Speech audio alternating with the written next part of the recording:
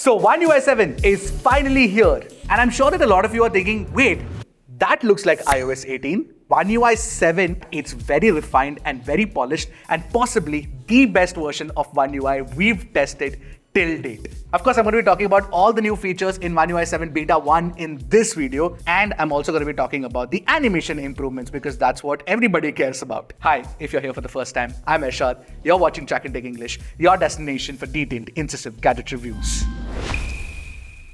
The first thing I definitely want to talk about is Nowbar. Now, Nowbar is Samsung's interpretation of live activities that you get in the dynamic island on iOS. And yeah, the music player that you saw with the thumbnail and the playback controls, that was invoked by touching the thumbnail on the Nowbar. This is very similar to how iOS does it as well. Having said that, in this Nowbar, if you have multiple live activities running, you can actually swipe them and stack them, which is of course something we saw in OxygenOS 15 as well. Plus, these live activities also pop up in a tiny little pill shape at the top left corner. So overall, if you look at it, I really like Samsung's implementation of the Nowbar, but the limitation right now is that third-party apps, a lot of them are not currently using these live activities, but that's also because it's in beta right now. Of course, when Samsung launches OneUI 7 officially, I'm certain that a lot of third-party apps will also have implemented live activities on OneUI 7. Also, this Nowbar is indication that OneUI 7 is going to be great for one-handed usage because a lot of the important elements that you want to access are at the bottom of the screen. Now, this theme is followed throughout the design of OneUI 7, and I'll get to that in a bit, so you'll have to keep watching the video. I've peppered them around everywhere. And by the way, while you do that, also don't forget to hit that subscribe button. Now, the lock screen wallpaper situation is not as upgraded as it is in OxygenOS 15. There's one little tiny thing that you can do is basically when you're setting up a wallpaper, it'll give you an option for suggestions. So when you hit suggestions, you will see that a cutout of, if there's a human subject in the picture, then a cutout is formed and then it creates kind of like, interesting designs as well. By the way, there are some new clock styles and fonts which are nothing great. They're good to have, but none of them sort of looked very attractive. Now, the biggest upgrade is of course the fact that you get split notifications now, which means that the notifications can be swiped down from the left and the quick settings can be swiped down from the right. And this is the default setting in OneUI 7. But don't worry, if you want it to be together, you can do that as well. Samsung has you covered. Now, one thing you must have noticed in the visual design of OneUI 7 is that there are a lot of pills and there are a lot of rounded corners. It makes the design look very warm, pleasing, attractive, and aesthetic. This is not something that everyone might like though. The pill-shaped design can be spotted in the notifications, but more importantly, you can also see the pill-shaped design in the volume slider. But not just in the volume slider, even when you're adjusting the volume levels and you see that animation or the graph filling up, even that is rounded now and it's not as flat or just a line like it is in OneUI 6.1. Now, I do like the quick settings design that Samsung has made. It does look very attractive and it's very easy to use as well. It's pretty intuitive. If you want to, you can also edit it and you can move the panels around to wherever you like. But only the quick settings panel, the actual quick settings panel's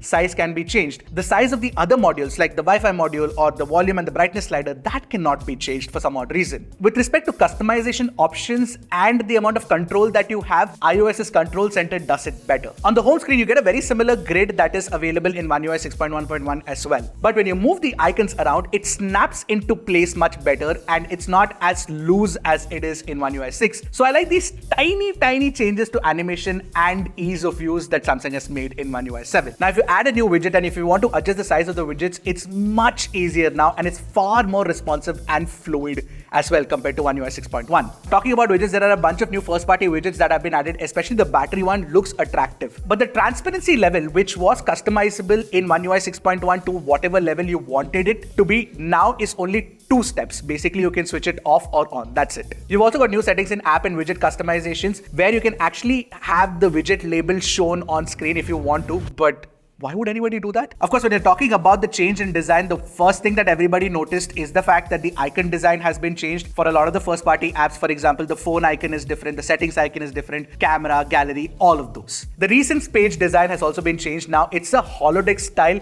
so you can swipe through the cards and it looks very, very beautiful, but it also looks very similar to iOS. Yes. Now, while the recent page design is similar to iOS, the real Samsung fans know that good lock exists. If you understood what I said, do educate others in the comment section. One new design or feature addition that you get with One UI 7 are enlarged folders. By the way, this is something that we already saw in Nothing OS and Oxygen OS, and it's been existing for a couple of years now. Inside an enlarged folder, the icons can immediately open the app. You don't need to open the folder to actually open the app. But in One UI 7, inside the enlarged folder, if you have a lot of apps and if you have a multi-page layout, it actually doesn't show a multi-page layout like you get on the other operating systems. What it does is that it gives you 3 dots and then the enlarged folder opens up. Now, this is something that I'm not a fan of. If you are a Samsung fan, you've probably already noticed the fact that the battery icon has been changed. Now, the battery icon is a horizontal one, again a pill-shaped one, and inside that you'll see the battery percentage as well. And of course, you can switch off the battery percentage too. Now, if you feel like you've seen that somewhere before, yeah, iOS. Having said that, I do prefer this design over the previous one. Alright, finally, we have a vertical app drawer in One UI. Now, of course, this is something that a lot of Samsung fans have been asking for ages, and the only alternative to actually achieving a vertical app drawer was to install a good lock module. But the problem with that good lock module is that the design was not as functional as this one. Now, I'm sure that a lot of you don't like the vertical app drawer and prefer the horizontal app drawer, that you can switch from alphabetical to custom within the settings, and that should change it. Now, did you notice something? Yes, the search bar has now moved to the bottom. Remember how I said one-handed usage is going to become easier? Yeah, this is also one of the reasons why. Similarly, the camera apps menu has also been redesigned. The modes are at the bottom, the shutter is in the center, and the top row of settings in One UI 6.1's camera app has now been moved to the bottom above the shutter button. This is so handy and intuitive that it makes shooting with the phone much easier.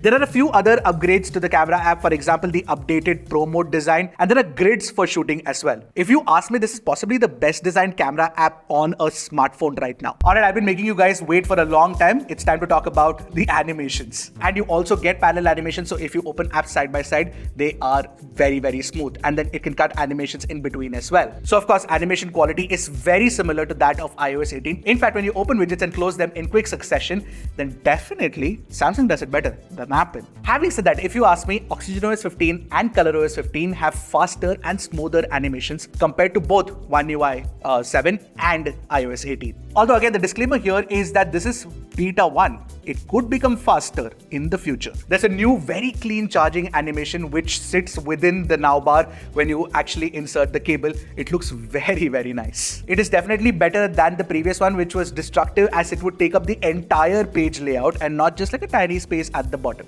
Now, for this beta release, AI features or Galaxy AI features are kind of limited. Having said that, Galaxy AI still has the most number of features compared to Apple Intelligence. Right? Anyway, the two things that are new includes one that, basically it's like a tiny little UI change. When you select a piece of text, you will get the writing summary tool there itself instead of you having to go at the bottom. But the next AI feature is actually very good because you can live transcribe calls and you can do that in Hindi as well, which iOS cannot. In fact, it is done so well that you can actually select a part of the conversation and it will play back that for you. Now, finally, a few other new features include the fact that you can have a consistent volume set for multiple alarms that you set, which is nice. Now, the setting speed design is largely similar to that of One UI 6.1.1, but when you search for something, you have topics now. So instead of typing the setting that you're searching for, you can actually pick from a set of topics, which is damn nice. And there are granular level battery settings protection. For example, there is the option to have charging limit set at not just 80%, but even 85%, 90% and 95%.